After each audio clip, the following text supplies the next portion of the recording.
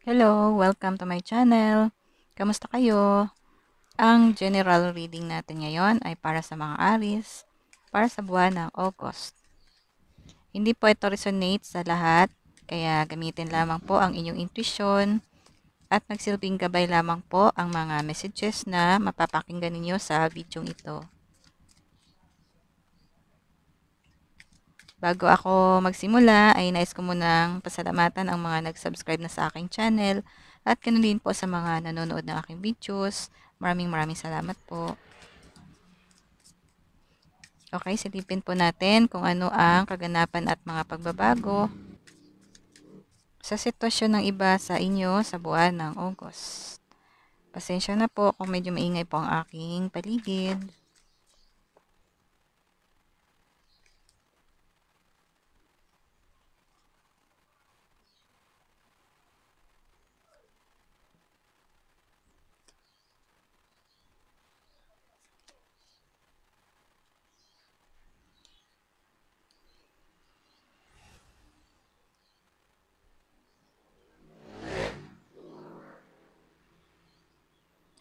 Aries,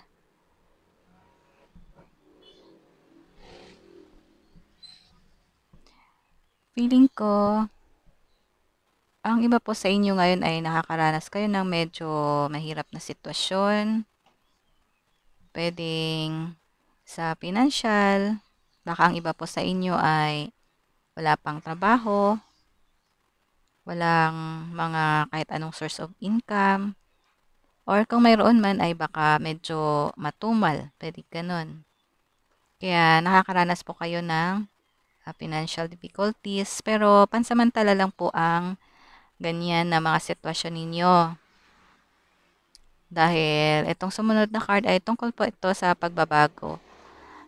Kung ano man yung mga hindi maganda ninyo na sitwasyon ngayon ay magkaroon na ng pagbabago. At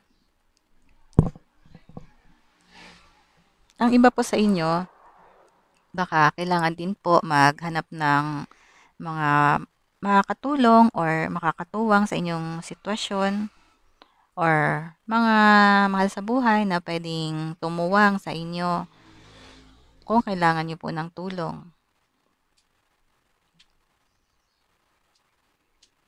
Feeling ko nandyan lang po ang tulong kung lumalapit po kayo sa mga tao na alam ninyong makakatulong sa inyo. Pero wag po kayong mag-alala dahil ang mga sitwasyon ninyo na medyo hindi maganda sa ngayon ay matatapos na po. Magkaroon na ng pagbabago. At kung sakaling maging okay na po ang inyong sitwasyon, ay may advice po ang card dito na bago po kayo tumulong sa iba ay priority nyo muna ang inyong mga sarili. Baka ang iba po sa inyo ay masyadong matulungin na minsan ay nakakalimutan nyo na ang inyong sariling pangangailangan dahil mas inuuna nyo or mas gusto nyo na makatulong muna sa iba bago bago nyo or bago ang inyong sariling pangangailangan. Kaya may advice po dito na suportahan nyo muna ang inyong sarili bago po kayo magsuporta or tumulong sa iba. Yan po.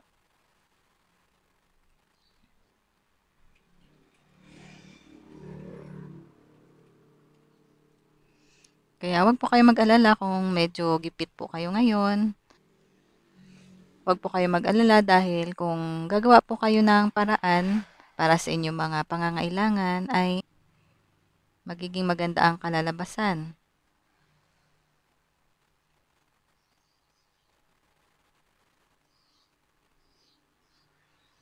Kung hihingi po kayo ng tulong or gagawa kayo ng paraan para sa inyong mga pangangailangan ay magkakaroon po kayo.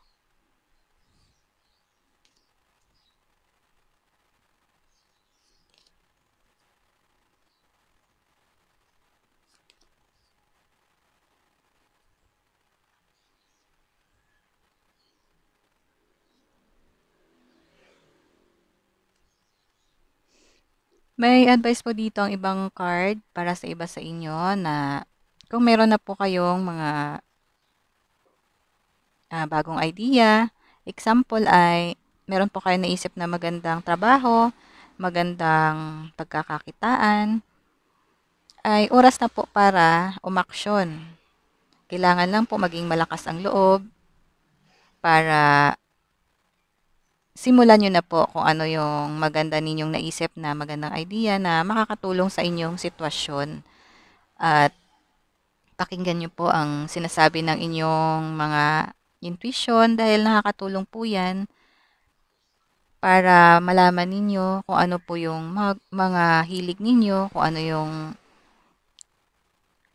maganda na makakatulong sa inyo. Nakakatulong po yung pakikinig natin sa ating sariling intuition.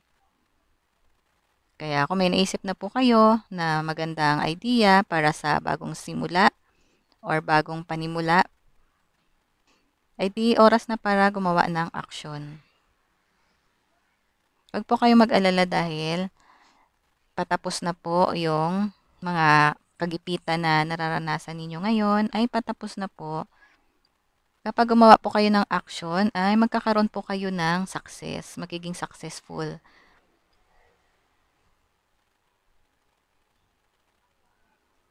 Kailangan lang po maging positive at magsimula na po kayong umaksyon.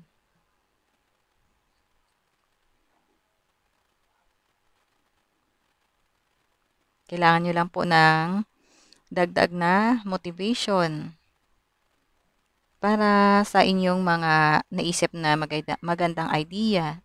Example po, nag-isip kayo ng mga simpleng pagkakakitaan or nagkaroon kayo ng idea na mag-a-apply kayo ng bagong trabaho.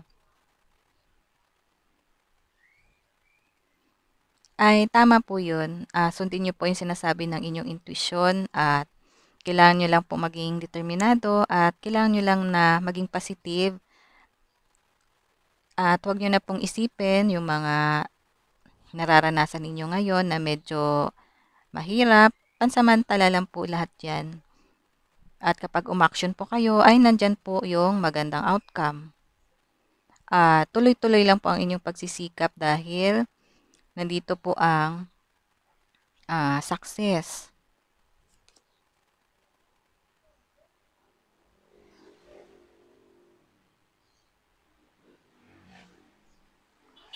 Ayun. Kaya umaksyon na po kayo dahil itong card po ay nagpapakita po ito na meron po kayong bagong journey sa pag-abot po ng inyong bagong idea. At ang idea po na yan na naisip ninyo ay isa po yan sa inyong mga pinapangarap. Kaya gumawa na po kayo ng action, maging positive, at maging determinado lang kayo sa inyong mga sarili na maabot po ninyo ang success na gusto ninyong mangyari. Kailangan lang po positive dahil kapag positive po kayo, magiging positive rin ang magiging outcome ng inyong mga manifestations. Kaya para sa iba po sa inyo na medyo may ganitong karanasan sa kasalukuyan ay kailangan lang po ng action.